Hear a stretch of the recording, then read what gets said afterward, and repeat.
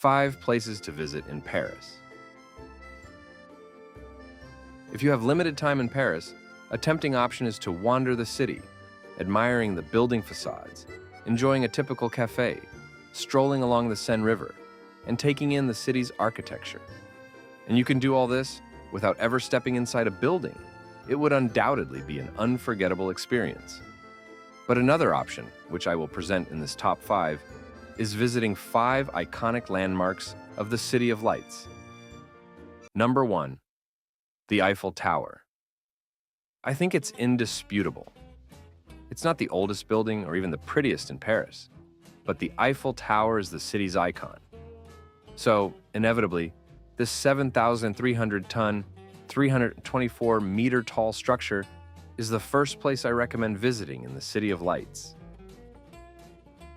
It's close to the Champ de Mars Tour Eiffel RER station, but it's more interesting to take the metro to Trocadero station and walk through Trocadero and over the Seine River to your destination. This route offers the best photo opportunities of the tower. Another option is to take the metro to the École Militaire station and walk through the Champ de Mars to reach this metal colossus.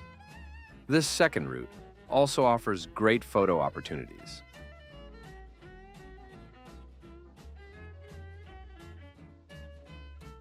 However, in 2024, Olympic facilities are being built in both Trocadero and Champs de Mars, which will block some of these photo opportunities. Regardless of the photos, both routes offer good views of the tower.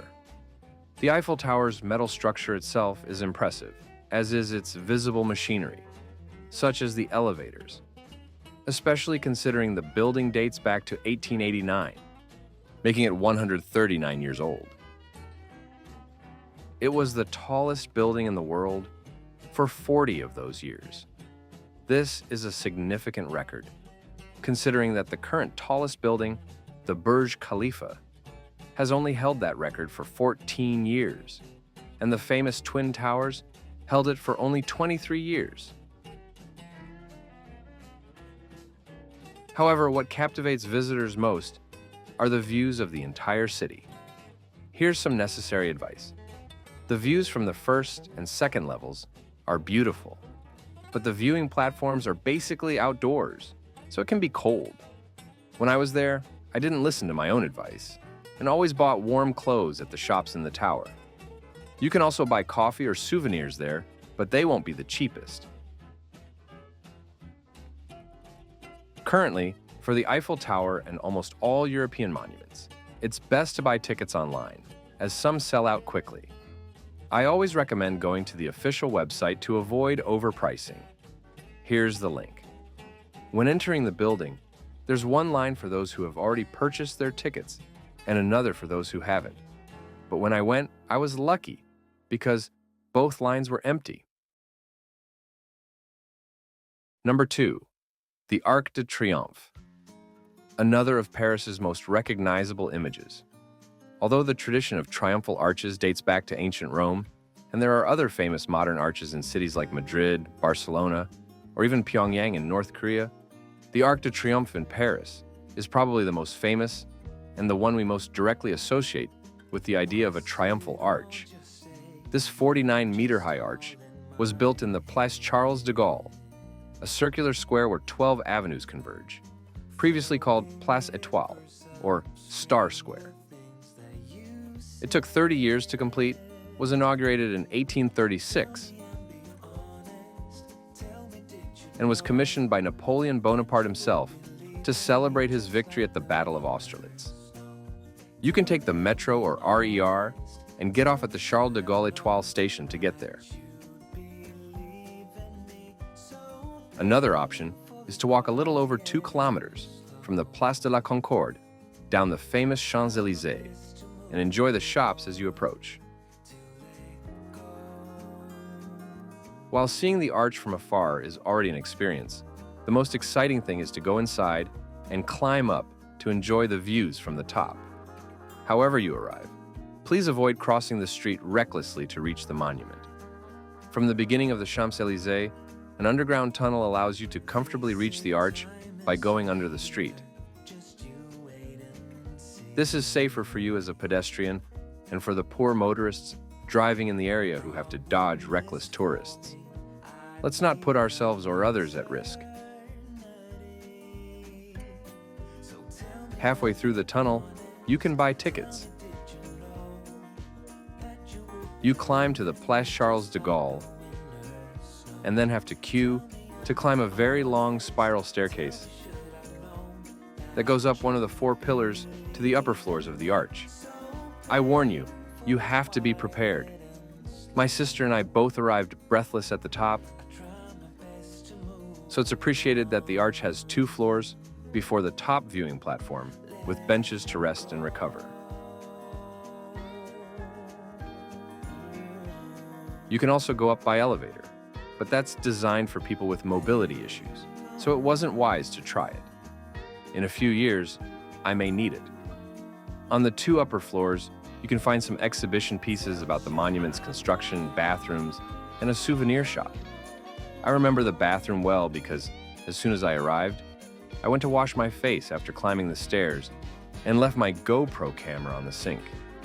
I only realized it when I reached the top viewing platform. I ran back to look for it, but it wasn't there. I panicked. But I asked a girl who worked there, and she had received it and kept it in the building's offices, so I got it back. A lucky result that I don't think I could repeat in such a crowded place. So if you go, it's a good idea to use the bathroom, which is a valuable resource on these trips. But it's a bad idea to leave your things behind. Anyway, I recommend going up to the top viewing platform, which offers another beautiful view of the city. Although the viewing platform is lower than the Eiffel Tower, the views are still impressive. And obviously, since we're not at the Eiffel Tower, we have a magnificent view of the Eiffel Tower itself.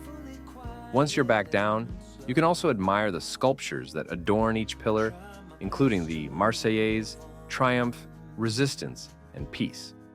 I also recommend looking at the inner faces of its 4 pillars, where you can see lists of military leaders of the French Revolution and the Empire, highlighting the names of those who died in battle. Under the arch, you can also visit the tomb of the unknown soldier, representing the French soldiers who lost their lives in World War I.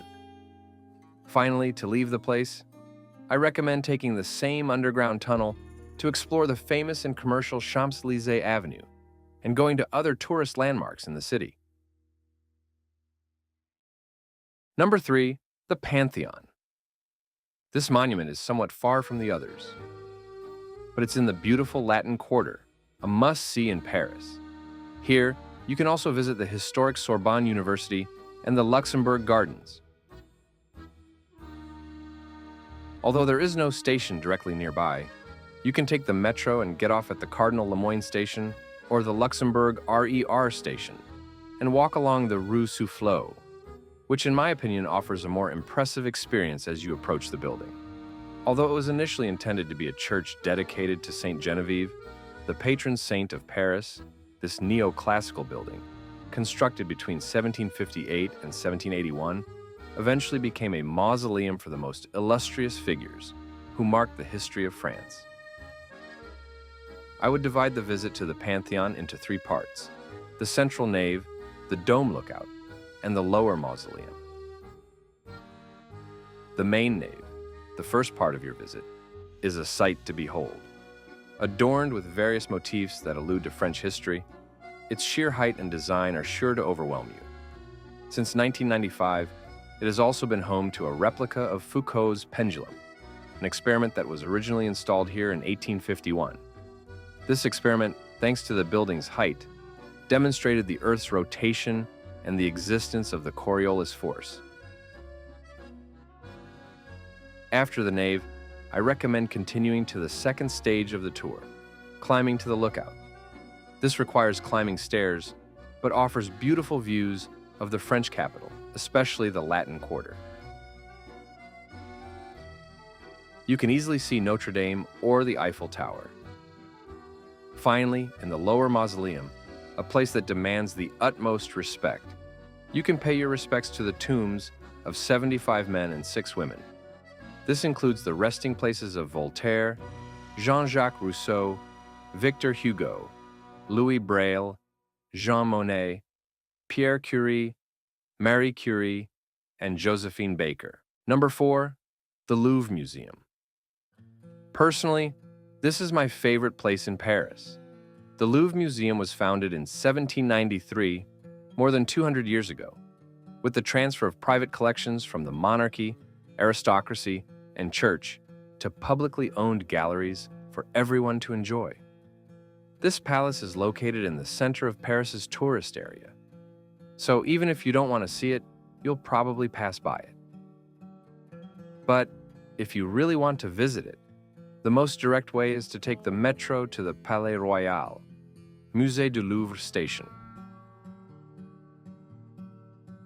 It's also relatively close to the Pont Neuf, Tuileries, and Pyramids stations. The museum is dedicated to fine arts and archaeology and boasts over 2 million works in more than 2 million square meters. But it also occupies the building of the former Louvre Palace, which was the royal palace of France before the court moved to Versailles. This means that the building itself is an architectural gem worth visiting. There are several entrances to the building, but the main one is the famous glass pyramid, inaugurated twice, in 1988 and 1989.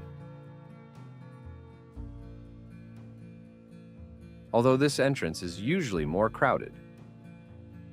However, on our visit we were lucky, because we went in the afternoon and it was empty. This famous pyramid was part of the plan of the French president, François Mitterrand, to turn the museum into a museum for the masses. However, it generated controversy because its modern style contrasted with the palace's architecture, and some considered it too generic or commercial, almost a Disneyland of art. Inside the museum, you can find treasures from ancient Egypt, Mesopotamia, Greece, and Rome, Islamic art, and many famous sculptures and paintings. The star is the Renaissance painting of the Mona Lisa by Leonardo da Vinci, so much so that there are signs that specifically lead to it for all those tourists who only go to the museum to see it. But even if you only go for the Mona Lisa, take advantage of your time at the museum to see other works of art. I guarantee there are many more impressive works along the way. Now, suppose you want to see the entire museum. In that case, I warn you that 1 or 2 days is not enough. So plan a week-long visit or make a short visit this time with realistic expectations, thinking or dreaming that you can return to see the rest later. Tickets can be purchased online. An important fact is that this museum has an exhibition hall in Lens and another Louvre museum in Abu Dhabi, thanks to a 30-year agreement between France and this Arab emirate. Here in the Louvre in Paris, right in the vault under the glass pyramid, you can see a model of that museum, which is my favorite building in the world. Number 5, the Sacré Basilica. The 5th place is a church. Whether you're religious or not, you must admit that many of the most beautiful buildings to visit in any city in the world are its religious temples, whatever the religion. And Paris is no exception. There are many churches worth visiting for their exterior and interior. Although probably the most famous landmark in the city is Notre Dame Cathedral, located on the Ile de la Cité, where the city began, it is still closed for repairs due to the fire that it suffered in 2019. A worthy alternative is to visit the Sacré Basilica, or Basilica of the Sacred Heart, in the Roman Byzantine style.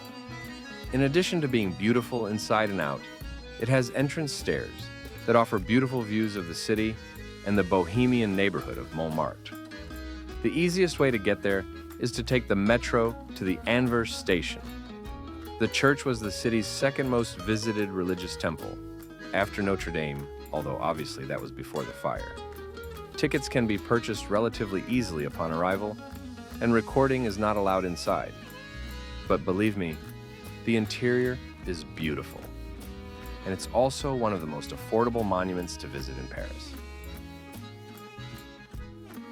Although the basilica is 83 meters high, it is located on a 130-meter high hill, achieving an impressive height. And if you want to avoid going inside, even seeing Paris from the entrance stairs is worth it. Then, you can go down to explore Montmartre, or walk a little further to reach the famous Moulin Rouge Cabaret. The windmill is currently under repair because the blades fell in April 2024.